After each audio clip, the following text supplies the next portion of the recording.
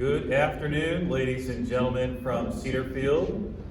We apologize for those technical difficulties. For those of you that were able to still hang in with us, thank you. We appreciate it. We're going to have a very condensed version of our live chat today. I just have one announcement, and then I'll turn the live chat over to Dr. Shear and Ann Hopper. So the one thing I just wanted to mention has to do with a term that we mentioned yesterday, which is called Operation Well-Being. And the team has noticed, particularly in independent living, whether you're in an apartment or a cottage, and or folks in assisted living, the services that we had wrapped around the resident, or maybe services that you relied on over the last couple days or months or even years as you have lived here, as we have gone through different restrictions at the community, we've noticed that those maybe little things but big things in terms of daily routine are making a significant difference, that would have made a significant difference in a resident's life. Now that you have that void, the team, along with the resident or family, are more concerned about the overall well-being of a resident. And so Florence Brooks and Matt Dameron and about 7 other team members right now are creating something called Operation Well-Being. And more information about this tomorrow, but essentially their mission is threefold. It's one, how much care does somebody need in and around the community, and what can we do to provide that care? Number 2, how can we help connect services or amenities to a resident to the best of our ability, given the restrictions that we have?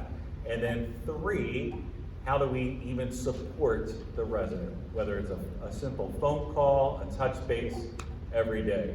So the team is actively working on this philosophy. Here's our mission statement: to care, connect, and support a resident from afar, given the new precautionary measures that we have in place. So tomorrow, we will talk more about this specific philosophy. We will have a live streaming tomorrow at 3 o'clock, and we will use the format of a town hall meeting. In months past, where every department had a chance to come up in the fellowship hall and review a State of the Union within their department. So we'll follow that format tomorrow at 3 o'clock. We're just going to do it via a live stream. So for now, I'm going to turn over the microphone to Dr. Amy Shear and Ann Hopper, who have more tidbits and commonly asked questions about this COVID-19 situation, and or what are we doing here in terms of overall medicine and health.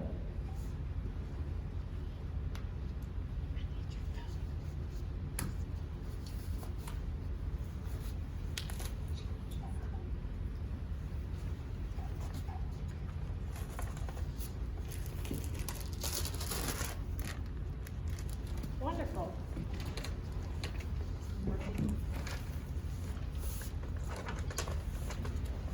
So good to be here in your living room. Hello, Dr. Shear. Hello, Ann. So what do you got for me today? We've got some, let's see, is mine on? We've got some questions. The first one would be, we've been in our apartments for a while now. Can I visit my neighbor in her apartment?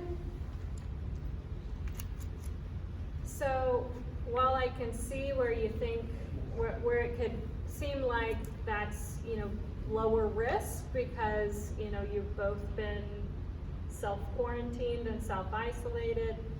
Unfortunately, even though you're staying 6 feet apart, by you going into somebody else's apartment or somebody else coming into your apartment, that does create, you know, you're then doubling your risk, and that has to do with, you know, just all the other novel things that come in and out of your apartment. You know, the person that delivered or served your food may be different than the person that delivered or served their food. So you're just kind of, it is still a risk, and so it's not recommended right now. And honestly, you know, we've gone from, you know, social distancing, which is that 6 feet. We're now in, you know, kind of as the government, or the governor has said, you know, we're now doing the more of a self-quarantine, and the stay at home, which for us means stay within your apartment, and not to visit your neighbor, even though they may be close to you, and it's hard. I don't want you to not have contact. There are plenty of platforms, including, you know, Zoom and FaceTime. You know, we do want you to maintain those relationships with your neighbors, but not with face-to-face encounters. Okay. So to go along with this, Dr. Shear, what do you do? What's your plan when you go home? So, you know, as most of you know, I have a 10-month-old daughter, and my husband and I have come up with a plan that we actually have a separate apartment reserved so that when there is an outbreak, I won't be going home. Okay, so you'll be socially distant Yes. from a different area. I plan on having my 14 days completely separate. Okay. What do you do? Well, when I go home, I have a husband and a daughter. So when I go home, when I hit the garage, I take off my shoes, and I take my clothes off before I even hit the laundry room, and they get deposited right into the washing machine, and then I go into the shower before I see anyone. And we are pretty separate right now. Yeah. To be honest, you know, Cedarfield and our long-term care communities, these are very high risk. And I don't take it lightly when I come in, and I think all the team members here take it very seriously, that we don't want to be bringing COVID in, and we don't want you getting exposed to it from outside. And I can't stress that enough. And part of, you know, me separating myself is in order to keep my patients and these residents safe. Okay. Here's another one. How do I know if it's an allergy versus this COVID? So this is actually a common question that I've been getting, because it is the time of sniffles and sneezes and high pollen counts. We do want you to be getting outside in this beautiful weather for your exercise and for your walks in order to maintain your mental health. And so, you know, the difference between kind of an allergy flare versus, you know, the onset of COVID. So with allergies, you see more nasal congestion, sneezing, that then leads to coughing. You typically do not see fevers, but you occasionally may have a very low-grade temperature, but usually not above 100. Whereas COVID presents more as a flu-like presentation. So you'll have kind of the aches, muscle aches, pains, lethargy. Then you have very high-grade fevers, and then shortness of breath, cough, and difficulty breathing. So again, the three symptoms that we look for is fever, cough, and shortness of breath with COVID, although there is some crossover with allergies.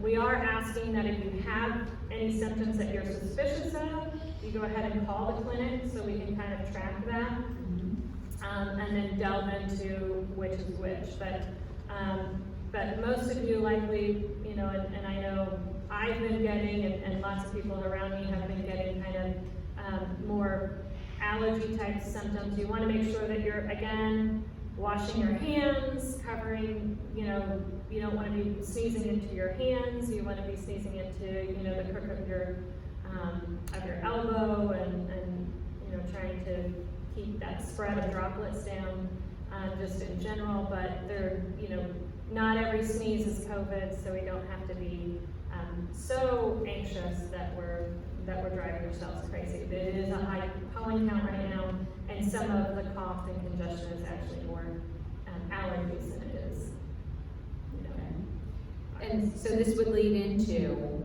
how will you care for me, you, Dr. Shear, and myself in the clinic, if someone does present with these COVID versus the allergy in their apartment or their cottage because they're not sick enough to go to the hospital? Right, right. So we kind of touched a little bit on this last time, but one of the systems that we've come up with, and it sounds like Michael as well might touch more on this next live stream, but we have a tracking system.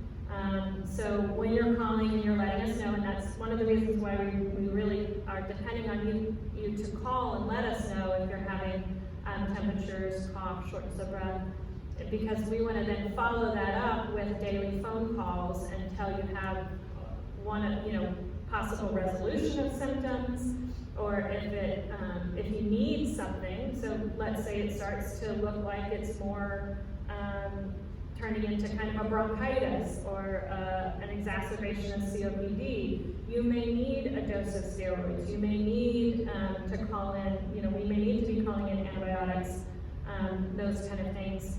So with the tracking system, we know your symptoms, then we can arrange a telemedicine appointment if we need to. And then we'll be able to either get, so that telemedicine appointment will either be with your primary care physician or myself or Dr. Baranian, depending on, you know, what your primary care doctor can do and is set up to do. So it is a good time to call your primary care doctor's office and ask if they have telemedicine capability. I know myself, Dr. Cook, and Dr. Baranian all have telemedicine capability. We are asking that you don't come into the clinic, that we do those appointments within your home.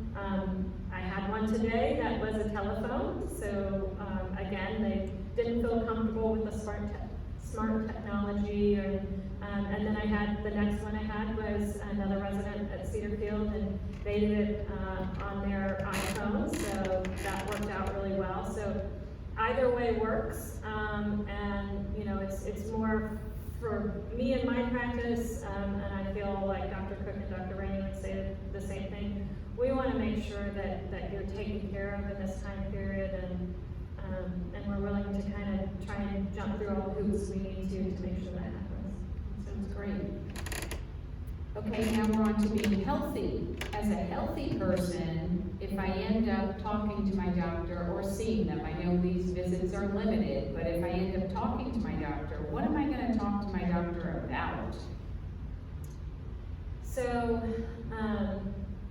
you know, one of the things that I'm listening to as I'm, you know, calling in and listening to webinars about, you know, kind of a long-term care community and in general, some of the things I think that all of us need to be focusing on right now is going to be kind of looking at our medication lists and making sure, trying to see if we can reduce some of those medications.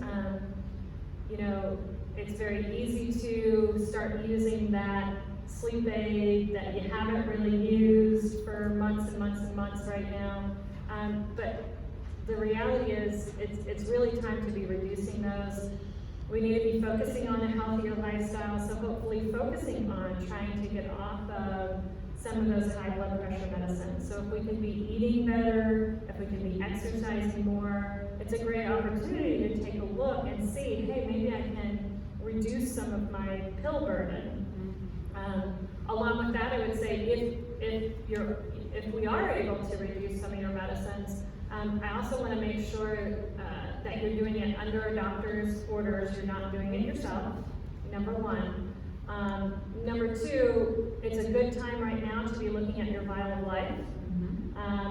Those are not, we want to make sure that those medications are as up to date as possible. Some, I know I've come across some that would just, especially with all the consultants that we may have, they need to be updated, so that would be good.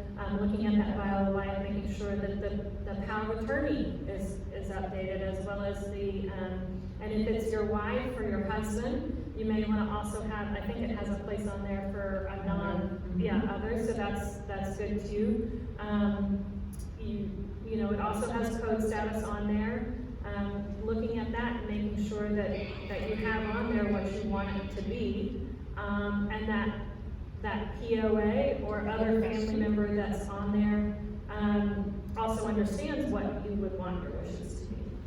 Okay, and I'll just add, the vial of life is in a container and should be in your refrigerator. Right. So please check your refrigerators and make sure that you have a vial of life for you, and if you have a spouse, you each have your own container and have an up-to-date vial of life. And like Dr. Shear said, this is a perfect time to look at that med list. If you ended up going to the hospital, that goes out with you, and that's what the doctors in the ER will be looking at, that med list, and you're not trying to scramble to get meds or another list somewhere. So if you had any changes, you can call the clinic with your updates, or you can drop it off, and Bonnie's really fast with getting that updated, and we'll get it back over to you. Wonderful. And then we also have, just to let you know, we've got thermometers in, and that still goes along with the disposable thermometers. So the clinic has them available, and this would happen if you felt like, maybe you might have a fever, or you just weren't feeling well. We can get that out to you. All right, here's a good question, Dr. Shear. Do we have the capacity to test for COVID? So, we do have a very limited number of tests, and we do have availability of those tests, but again, we are very limited on testing within the facility, because I do not believe that we have 100% of the protective equipment required to perform the test here. So although that there are tests available, we're still kind of working with the Department of Health to get you set up for testing if you need it. I have, of the people that have been tested here at Cedarfield, we have not had any positives. But, again, it's very, we're not recommending testing everyone at this point, even though we are a high-risk population, unless we have compelling evidence that this is, that we're highly suspicious of COVID, then we're not testing. And at this time, we're not testing here at Cedarfield. No. You would have to, a doctor has to make that recommendation. And they would go out to have that test, yes. They would not be done at Cedarfield. Okay, great. Do you have anything else to add, Dr. Shear? Do we have any other questions? All right, we're gonna turn it back over to Michael. Thank you.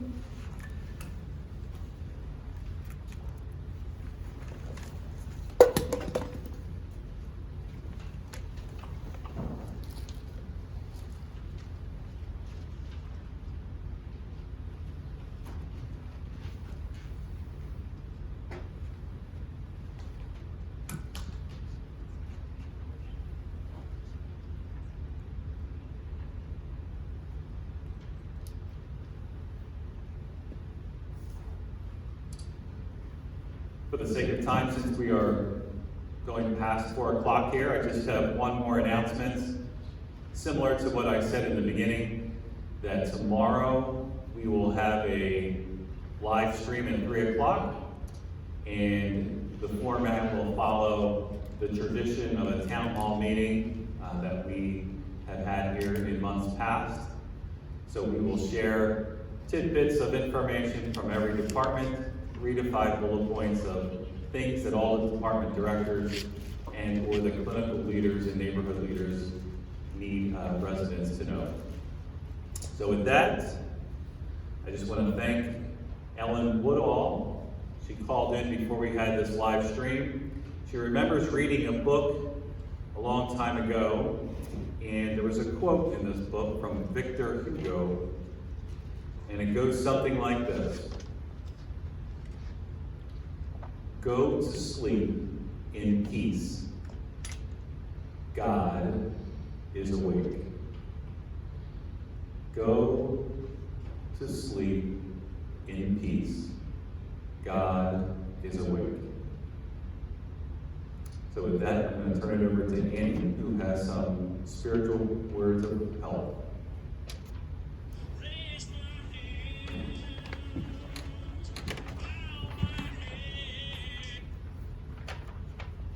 In times like these, we must remember to laugh. We must remember to find the joy in the simple things. When we wake up in the morning, we hear the birds chirping. When we go to sleep at night, we see the sunset. We're able to reach out to our families via this new technology. I just encourage you to find that peace and that laughter within your heart. Let us pray. Gracious God, thank you for loving us and giving us the assurance that we are loved. In you we find strength. You are our rock and fortress. You are the strong tower we turn to in times of trouble. Help us to refrain from being anxious about things that we are unsure of. Make known your great love and presence to all the hearts who are afraid. All of us face times when we wonder if we will laugh again. But you tell us in your word, you let us know that our mouths will be filled with laughter and our tongues will shout with joy. Then it will be said among the nations that you have done great things. As we look, Lord, we ask that you just turn us away from the sorrow that we may see each and every day.